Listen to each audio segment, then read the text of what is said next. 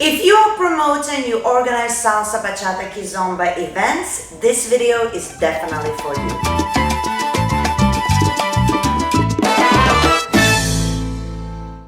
Hello my beautiful subscribers, Rasa the dancer is here. And even though this video is mostly targeting promoters and organizers and maybe even teachers, I think that if you are just a student of salsa, bachata or kizomba, I think it's a good thing for you to hear as well what happens behind the scenes, because you just turn up to classes and you're having a good time, but there's a lot that happening when you organize events or you run your own classes. So I'm gonna tackle a couple of issues and feuds that happens in the dance scene and how I would approach the situation if something bad happens to me from one promoter to another. I will get into detail in a second, but make sure guys that you are compassionate. I'm gonna give some examples, but I'm not gonna mention any names, and hopefully it will help out for those who need, and maybe it will open your minds for the rest of you, and maybe the future teachers and promoters could take this in consideration as well. So I'm going to be using an example for today's topic, okay? So what a lot of the times happens is you have a promoter in a particular city where they may be running just the nights, or they're teaching themselves, and they have regular classes in specific dates or events in specific nights. And they've been doing it for a really, really long time.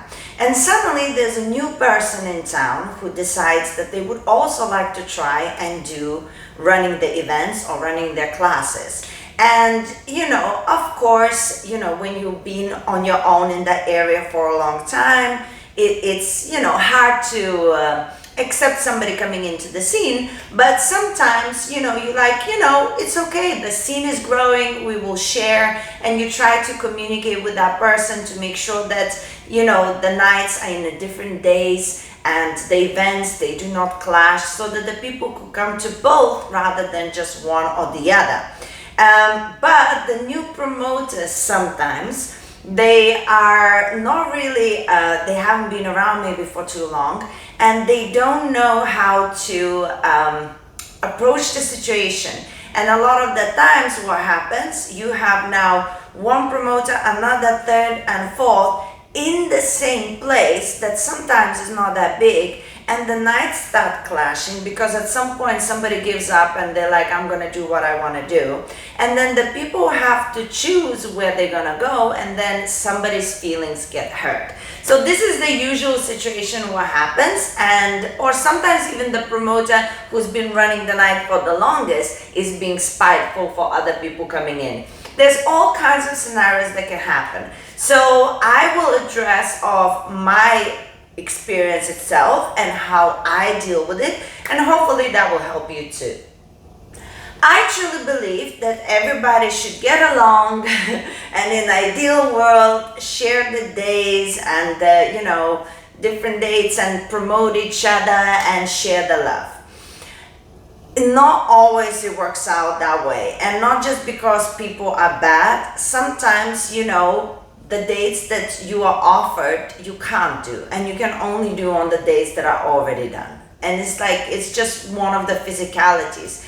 And then sometimes you feel like one thing is to share the love, the other thing is always to do what the other person is saying that you should do. So there's many different things that make you feel a particular way.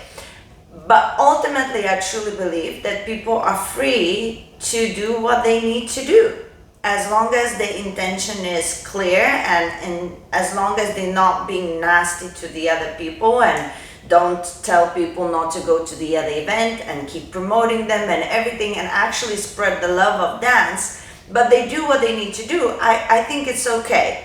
However, it's gonna hurt your feelings one way or another, whether the person's being nasty or not. So my example, I came to London many years ago, and I came from Leeds. This is in UK.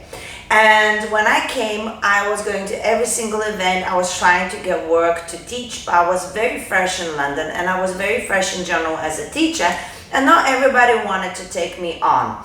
Then I was, begging everybody to maybe, take me into their events or participate into something. And to be honest, I only got few little opportunities here and there, but besides that, I couldn't get the things that I really, really wanted to get. So I said, you know what, I'm gonna do it myself. And when I started my own nights in London, I actually talked with so many people saying, oh, I'm gonna be doing this, do you wanna do it together, or this. I was trying to involve people as much as I possibly can, but I was nobody, with no followers, with no people, and nobody took me serious, and nobody even properly responded to any of my messages. So when I started doing things on my own, and then suddenly, you know, I was doing really well. My nights were booming and everything. I started getting messages from specific people saying, how dare you organize a night at the same time as my night and not tell me? And I was like, mate, this night's been running for 1.5 years now. So are you angry then or now? So it's, and you know what? And I was like, whatever. And I did my own thing, and at some point people gave me the respect that, you know, was due, and I didn't ask for anything but to be involved, you know. But I don't blame them for not wanting me, but I did think it's funny how they then say, why are you doing this? It's like, you gave me no choice. I really wanted to do something. You didn't include me in the things you were doing when I was asking. I had no choice. I had to do the things I want to do. So that's an example of how things sometimes happen. But other examples is you try to involve people, and I had that as well. You say, come join this, you know, event, come, I'll pay for this, come, we have classes here, and they keep coming. And they keep coming, and they learn all of the skills, and they learn how to run the events because you include them, you training them, because you're hoping maybe they could be part of the team and they could, you know, do other things, and maybe they could open an event here and we could do it all together. And they keep learning, and then they go off and start their own thing and don't even tell you. And you find out from your students how they're inviting them to their night and everything. And as I say, all love, people are free to do what they want to do, but that hurts. So there's a lot going on, and when that happened to me, and it happens to many people, my advice is this: delete, forget, and never think about it again. The worst thing is on Facebook, when you have them as friends, you see all of the posts, and then you see the night coming up at the same time as your night coming. What are you going to do? Destroy them? You know what I mean? There's nothing you can do. They're going to do what they're going to do. If you already had a conversation with them and it's no reaching them, you know there's nothing, no input that you can do to make them change their minds. Leave it. Delete their accounts, see nothing, and if people come and talk about their events like, oh, that event is so amazing, just say, I'm glad you're having a good time. And we have this event on this day as well, but I'm really, really pleased you're having a good time. And move along. Don't have deep, meaningful conversations with your students. Just ignore, and focus on what you actually love to do and been doing it before that person come along, is running events, teaching people, and having a good time. And if you see people are coming in less into your classes and you assume it's because of that person, it is the nature speaking and taking its course. All you can do is adjust and think about, what can I do to make my event better, rather than because of them, my event is less. So, and if it doesn't work out, it doesn't work out. Maybe you can find other ways to impact the scene, but it's just not worth it. It's just not worth it to live every day constantly internally in a battle about what somebody else is doing. And a little note to all of my students, and any students, anybody who dances, just students in general. Guys, it is not your battle. You are there paying customers, and you should go where you think you will have the most fun or where you're going to learn the most. You shouldn't be influenced by this. You shouldn't even have promoters coming to you and saying bad things about other people, unless they're friends. So I think a good testament also is if you're going somewhere and you tell somebody you're going to go to a different night, and the promoter or a teacher want to tell you not to go there or makes you feel like you shouldn't, it's a sign.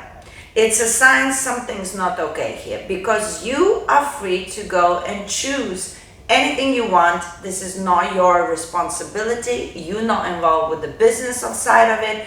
You are there paying customer to have the best experience and go somewhere where you know you're going to have a great time.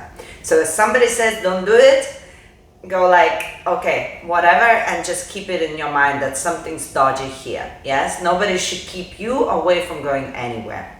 And for all of the new teachers and promoters who coming in, remember that even though you want to do your own thing, like I did, and I had no choice and I started my events, and so could you, the first thing you need to do is to be extremely communicative with the scene and other promoters and teachers.